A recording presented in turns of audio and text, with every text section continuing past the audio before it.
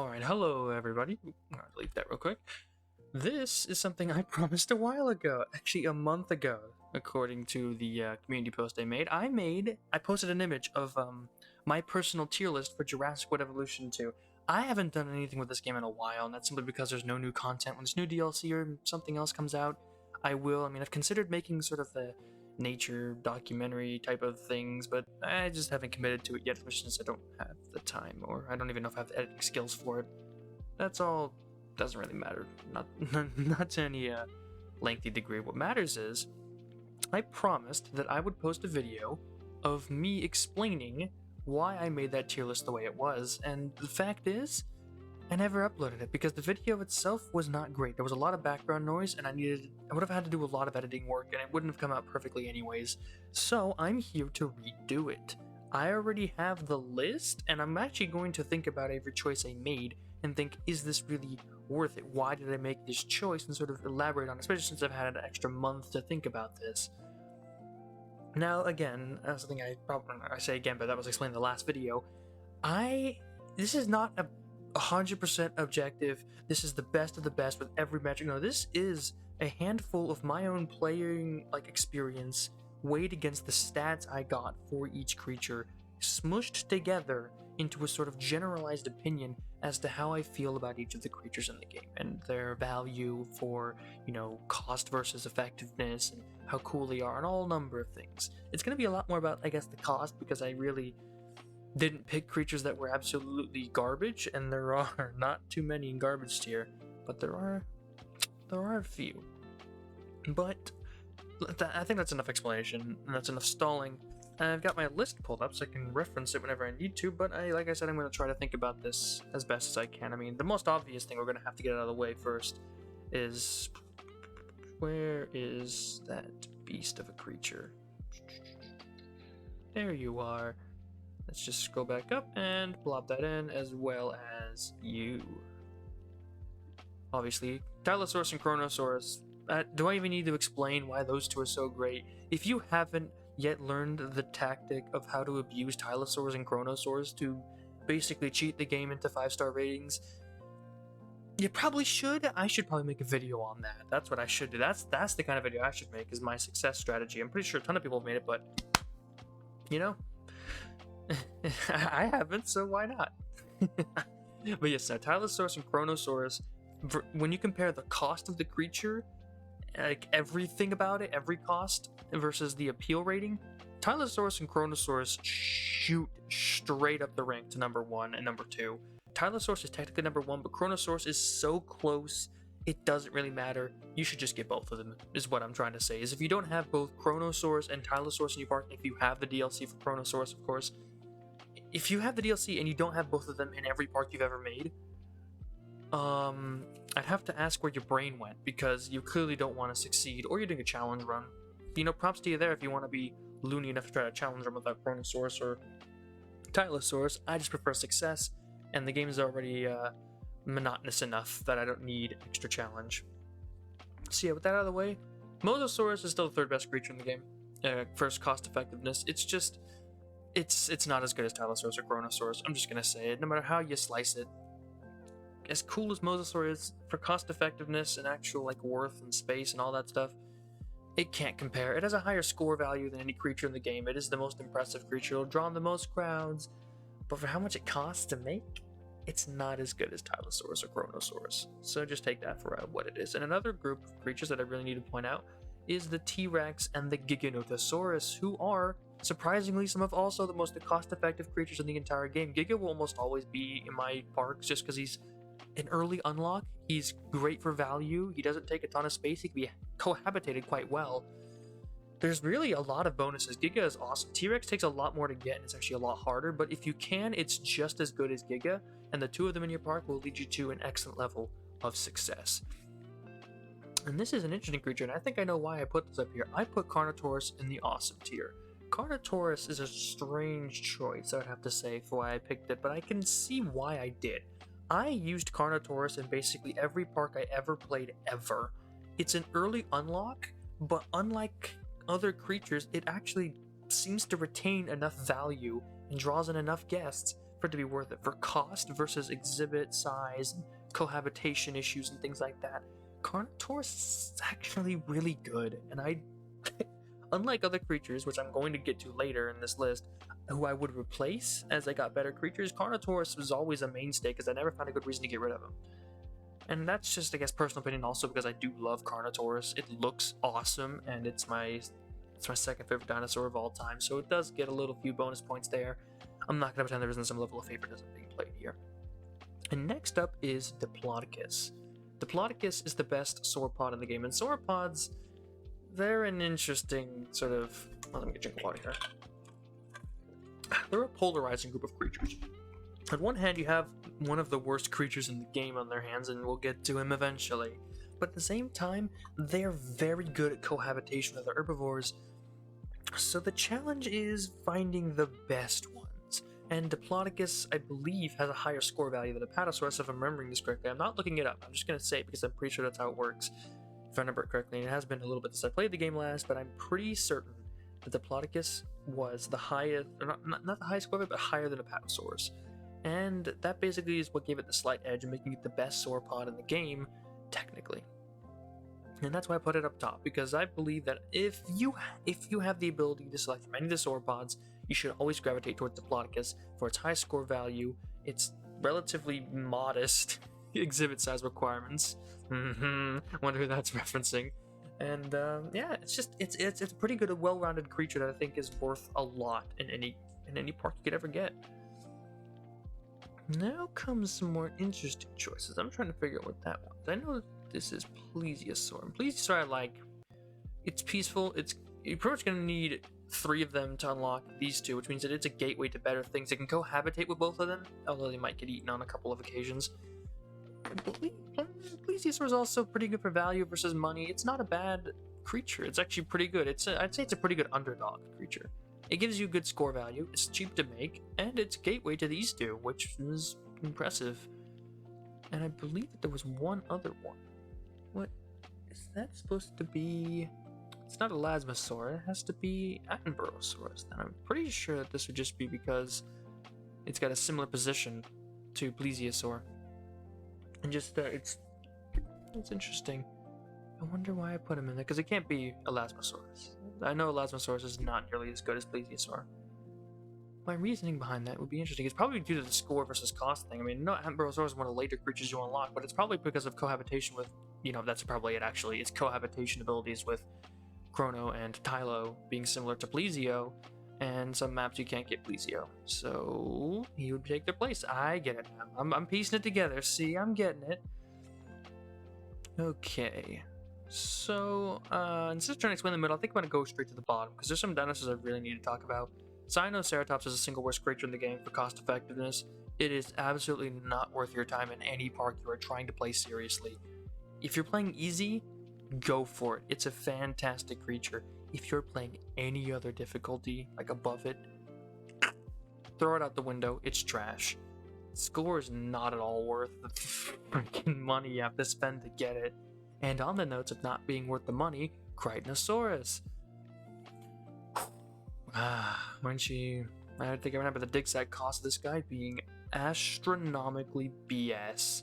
And it is just not worth it. Just like the Cyanoceratops. Just not being worth the time and money being put into it. And there's a third little guy. Where are you? You!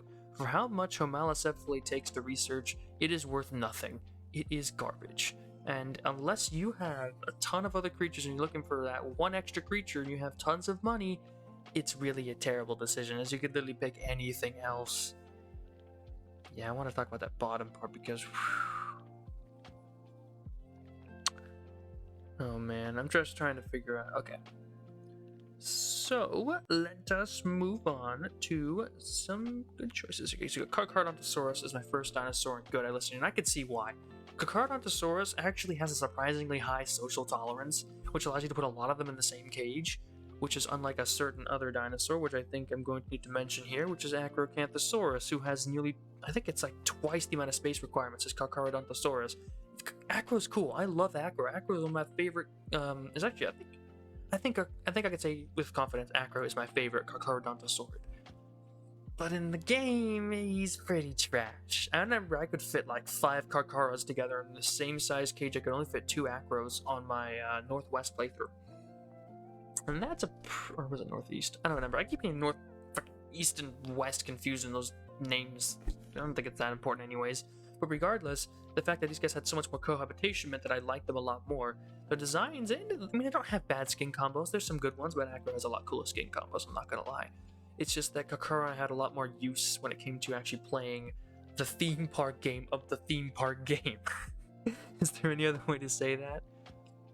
In the same vein, I put Albertosaurus, also having high social tolerances. He's also a Tyrannosaurus, which gets bonus points because I love Tyrannosaurs. They're my favorite group of carnivorous dinosaurs. Bite me. I don't care if you think it's lame. It's so generic. Shut up. But yeah, no, I love them. They have good high social tolerance. They have good score values. Their skins aren't bad. And they're just generally an all-around good creature to have in your park, especially if you're playing North, East, West.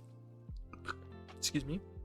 Apatosaurus is pretty much just a slightly worse Diplodocus. I put it in the good tier because it's still a good creature. It's not bad. It has a good net of creatures that can be cohabitated with peacefully.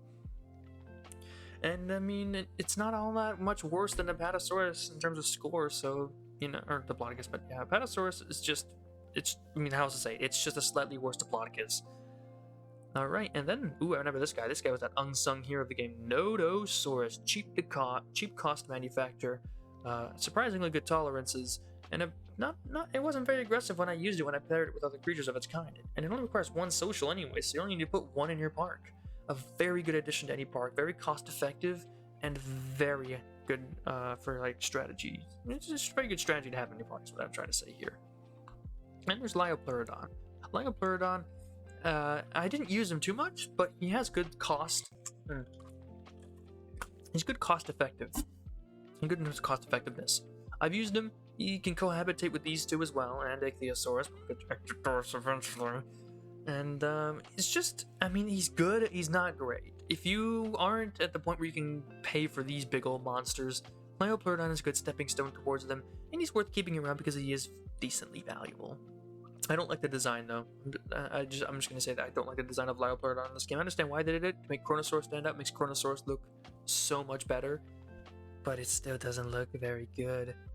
And this is a surprising one, but I understand why. Giganotosaurus, I remember it being the most cost-effective hadrosaur in the game. Hadrosaurs are already decent filler creatures for herbivore exhibits, being able to cohabitate with tons of different species, and it being the most cost-effective makes it just by default the best. And its skin combos are pretty nice too, I'm not gonna lie.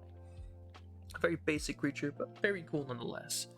Then we get to an interesting boy, Ceratosaurus. Remember when I said that I never found a reason to replace Carnotaurus? Ceratosaurus is one of those creatures I always found a reason to replace, which makes sense. It's the first carnivore you can get in any good park, but at the very same time, it's one you can't really go without. It's a stepping stone. It's not bad. Its skin combos are alright. There are some good combinations, but when you're in your park, when you're late park development phase, you're gonna have to trank them and sell them off, or let them die, or just sacrifice them to a bigger, badder carnivore because they're not worth keeping in your final park. I'm just gonna say that flat out. I know it's a bit cruel and mean to say, but they are just not good enough to be worth keeping in the later stages. I'm sorry, Cerato. You're good for the start of the game, but you are just nothing when it comes to the late game. That really doesn't feel good to say. I mean, I like him. He's a cool dino, but yeah, I can't justify it. Megalo, he's a good all-rounder, much like Alberto. Decent social tolerance, decent score. Doesn't cost too much. I guess that's debatable.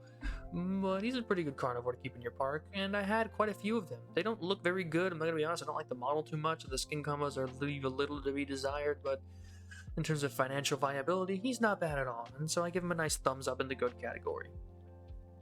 Yes. And then we get to the little topic of Pterosaurs that I have talked quite a bit about before, and saying that they are not really the best to have in your park. But if you're going to have any, you should have Dimorphodon and Pteranodon, which are the 2 best pterosaurs in the game for cost effectiveness versus fame value. And they are pretty much the only pterosaurs I would ever recommend you get if you're going to get any pterosaurs. And that's fine, because it means you get to complete the whole Jurassic World experience. It doesn't mean that the rest of these creatures are pretty much just for the sandbox and easy mode. But, I don't know what to say about that. Actually, that's a lie. I forgot about this guy. which I just put. I'm pretty sure I only put him in here because he looks cool. I'm gonna be honest though. I don't think I ever ran the numbers. Actually, I did probably run the numbers. I just didn't really. I don't know what to say about this guy. I just thought he looked cool. I bet. Cyanoceratops only gets up here because he looks cool. I'm pretty sure. I might be getting that wrong. I probably did some number crunching and I just forgot about it. Meh, I'll just shrug my shoulders and say he gets in because I think he's cool. That's such a dumb reason. Then there's you got Changeosaurus, another great addition. Changeosaurus is again like Albertosaurus, high social tolerance. It's a Tyrannosaur, gets bonus points. Skin combos are nice and it's got good value. It's just a good all-rounder creature that I'd recommend you get if you're looking to fill some spots in your your carnivore park. Elasmosaurus is basically just lower tier versions of these two. It's a little more expensive and not worth quite as much. So I can't rate him as high. He's not bad, he's just not great either. Then there's Draco Rex, an early stepping stone that is required pretty much for any good park manager that expects to get far, especially when you're building herbivore exhibits. It's not a terrible creature. In fact, I think isn't it the best, like one of the best small herbivores, if it's not just the best? I'd have to go back and double check that, but I'm not going to do that. I'll just go off of what I remember. And then I pretty much always had Draco Rex in my park at some point when I was doing herbivore builds, and I never really truly phased him out. I'm sure the numbers dwindled from like a whole herd to like 3, but it is what it is. And where is my boy? Kentrosaurus, a small, not so aggressive stegosaur that's cheap in cost. It's not a bad choice. Stegosaurs in general are not high tier, but I put him up here probably just because he was one of my favorites, and I pretty much had him in any herbivore park I had. Not great, not amazing, but pretty good all around, well-rounded. Then there was Placephalus, which if you take out Nodosaurus, is the best Ankylosaur in the game. He's got good score value. He's pretty neat. He doesn't cost too much money, unlike a certain someone. Oh wait, I see something I missed. This guy is supposed to be here, because I remembered it's this guy that's the problem. Yeah, sorry I messed that up, folks. Pretty sure, what were you doing putting him there? That's right, because Carnotaurus may be expensive, but he's not Ankylosaurus expensive. Ooh, I forgot, because Ankylosaurus costs like millions upon millions and is not worth like anything. He's like worth as much as the Eupleurodon, which is kind of the point where I was like, wait a minute, why is Kryptosaurus down there? Wasn't Ankylosaurus worse? And I looked down at my image, and I realized it was so small it's hard to see the difference between Kryptosaurus and Ankylosaurus. So yes, when we're comparing the Ankylosaurus is trash, never get him. But Eupleurodon, which is what I personally refer to as the cooler Ankylosaurus, is definitely a good tier creature that deserves more attention. And I believe if you're going to be building an herbivore park, you need to focus on this boy because he is worth a lot. And here comes the average tier. This is an interesting tier because, how do I put this? It's going to be most of the creatures in the game. Allosaurus, I'm pretty sure I only put him in here because he has such a big exhibit cost for how much, for what he is, but he isn't as bad as Acro. He's still pretty bad. And his cohabitation, because how, I need a lot of room versus, it's a whole thing. He's not bad, he's just a lot worse than the other carnivores all above him, and it's just a better idea to go with anyone else. Amargasaurus is a good stepping stone towards Apatosaurus and Diplodocus, and I definitely recommend you start using him because he gets, he's like the first sauropod you can get in the game. And while he is my favorite sauropod, I can't pretend like he's the best. It's just kind of meh. It's like, yeah, you're alright. You're average. You do the job. I like you, but once I get better creatures, I move on rather fast. Dilophosaurus only gets into average because it's the single most cost-effective. It's actually surprisingly cost-effective for small carnivores. Small carnivores are in general trash. Don't get them. But if you have to get any, on sufferance, pick Dilophosaurus. But just, you know what? No. I'm not picking him an average anymore. After seeing his performance when I played through my Jurassic difficulty northeast, northwest, whatever playthrough, I gotta move him down. This is where changes start to be made. Dilophosaurus is just too much of a hassle. I can't even pretend like I like him that much anymore after that nightmare of a situation. I'm trying to think here. Who is that? I think I know who that is. That is the Struthiomimus, which is the most average and basic of creatures. Replace as soon as you can, but is required at the start. As simple be. Camarosaurus. I think Camarosaurus is a little bit of an underdog. It has some great skin combos, but for space, cost, and all that, value in the score and whatnot, it's definitely not anywhere above any of these guys. I wouldn't say he's bad, but if you have to pick a different carnivore to go into your park, or not a sauropod to go into your park, and you already have a Pterosaurus and Diplodocus, it's not a bad choice. It's a very wavy thumbs up for me. And then we get to some interesting choices, which is, let's take a look here. I apparently put Indominus Rex in the average tier, and I get that. Indominus Rex costs so much money, and it has low cohabitation, but it's worth so many points that I kind of have to bump it above something like Carcardontosaurus. Just for that alone. It's also got some okay skins. They're not the best. Acro definitely has better skins, but it's not terrible. And yeah, we'll just move on there. Indominus Rex is alright. He's alright in the book. Natsutoceratops, the single best ceratopsid. I don't recommend using ceratopsids. I think I've said this so many times. Ceratopsids are garbage, but Natsutoceratops, not a bad choice. If you have to pick one because you're starting the game, pick that one. Now there's another ceratopsid here. Who is that? Well, regardless of where I put him before, I'm not putting him in average because I hate ceratopsids, and I've had even worse experience with them since then. Majungasaurus also goes in average. You can pair it with Carno, tentatively. I've had my Carnos eat my Majungas before, but it's not bad. If you have your Carno exhibit set up, might as well go put some Majungas in there, but it's definitely an afterthought below Carno. It's good for variety, not much else. It's alright. It's average. There's Metria, good stepping stone creature towards more exciting stuff. I'd still not put it higher than Ceratosaurus, because Ceratosaurus you start with, and you're pretty much always going to pick him. You don't have to pick Metria. If you're looking for a score boost to your sales or whatever, then fine, pick him. But you just unlock him, get the fossils, and move on. If you really want to, you can get him, but it's not a requirement. And then there's Baryonyx, one of my favorite dinosaurs of all time, but at the end of the day, it's not a requirement. It's not the best creature in the game. It's alright. It's a stepping stone to better things, which is where a lot of these creatures are getting their sort of middling tier classifications from. Then there's Suchomimus, which is an interesting choice. I can see why, though, because Suchomimus, no, I'm moving Sucho up since then. I think Sucho deserves a little more recognition. Its score value is pretty good. It's got a good high social tolerance, so you can put a lot of them in the same cage with not too much space. I'm moving him up since my last one, and I think that we should be putting a few more Suchos in our park, even if I don't really like Sucho more than Baryonyx personally. And there they are, the rest of the Pteranodons, which I just put in the average category because they are barely average. There's nothing much to say about the Pterosaurs. They're really not worth the money you have to spend to get them most of the times. They're just kind of, well, they're average. They're alright, they do the job. And just nothing too exciting. Then there's Tyrannosaurus, which is probably the second best. It's easily the second best. It's easily the second best. No, I'm gonna say he's the best small carnivore because he's one of the only ones I've ever had that doesn't just infight every 5 seconds, get sick, and die. So, because Dilo gets moved down for the BS it pulled in my Northwest Jurassic difficulty playthrough, Tyrannosaurus becomes the official best small carnivore in Jurassic World Evolution 2. Fight me. And then we get to a little friend we like to call Gallimimus, a stepping stone to better things.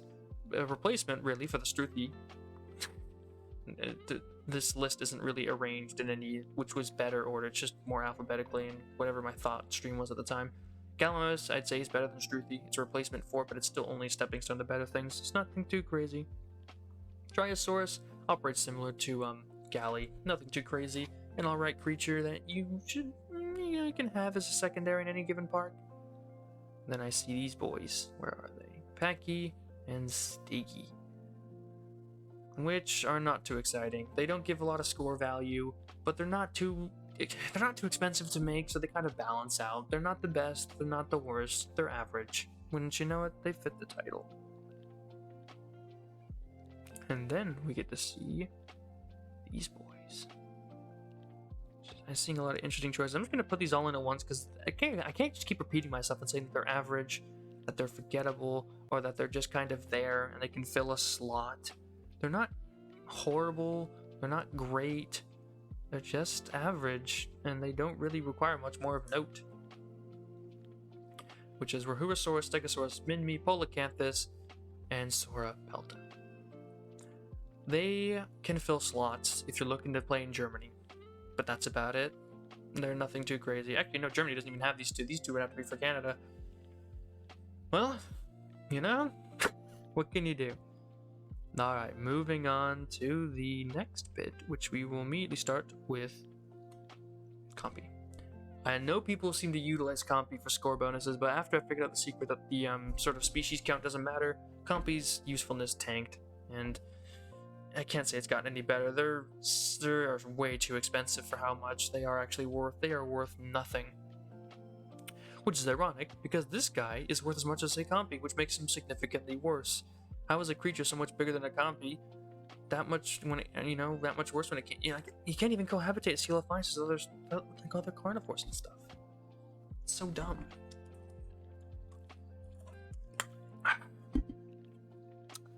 Let's move on to the Sauropod, shall we? Because I see some pretty big names. Brachiosaurus, Mamenchisaurus, and of course, Nitrosaurus, which are kind of meh. They're not too impressive. These two require way too much space. I never even made Nitrosaurus ever in the game. The only time I ever had Nitrosaurus was in England, where there was one that was already on the map, which I think says a lot about Nitrosaurus' usefulness. And then, of course, we put Dreadnoughtus, the overly priced Stupidosaurus, in terrible because he costs way too much money for what he's worth. Brachiosaurus and Mentosaurus require a lot of space, but don't charge you millions of dollars to get in the front door. Nitrosaurus is just kind of forgettable, so I put him in the mech category. And I know this is going to make a lot of people angry, but I still think Spinosaurus is one of the lowest tier carnivores in the game because it is so expensive, and yet it's not even worth as much as an Indominus Rex. Spinosaurus, despite how cool it is just not worth the money compared to all the other carnivores above it in the list. I'm sorry, Spinosaurus fans, but your dino just can't cut it. And I'm in pain right there with you, knowing that Cryolophosaurus is just not that good. It's one of my favorite dinosaurs of all time, and it just wasn't good. It was so bad. For cost effectiveness, Cryolophosaurus is garbage, and that makes me frown. I really wish he was better, but he just isn't. And Geostemburgia, costing more than any other pterosaur and yet not being any more useful, he gets put down here with the likes of Spinosaurus and Cryo, which they're not terrible, but you should pick anyone else above him before you pick, Spino and Cryo, you should pick any other carnivore above them in the list before you pick them, and Geostemburgia, you should pick every other pterosaur before you pick them. And that means you should have all of them in the park, because you don't want to waste the money on these guys, unfortunately. Let me get a Changeosaurus. I'm not sure why he's down here, probably just because I don't like him very well. And Stegosaurs in general are pretty average, but they fight a lot, and I'm pretty sure that's probably why. I'd imagine I had these guys before, and they probably fought a lot, which made me dislike them even more. So put them down there, and then we get to... Ooh, I'm starting... Oh, is this where they all are? No. Not sure why this guy's here. I'm gonna leave him out. He was in that same list. Nope. Carcardontosaurus. Expensive, not worth the money. It's just really not worth... That's it. That's really all you need to say. It's not worth the money you have to spend to get Carcardontosaurus. And then we get to all of the other Hadrosaurs in the game, which are pretty meh. Well, all except for one. We'll get to you. Actually, Muttaburrasaurus, I should put that up to average. Why is he not an average? Muttaburrasaurus deserves more respect. Did I just forget him?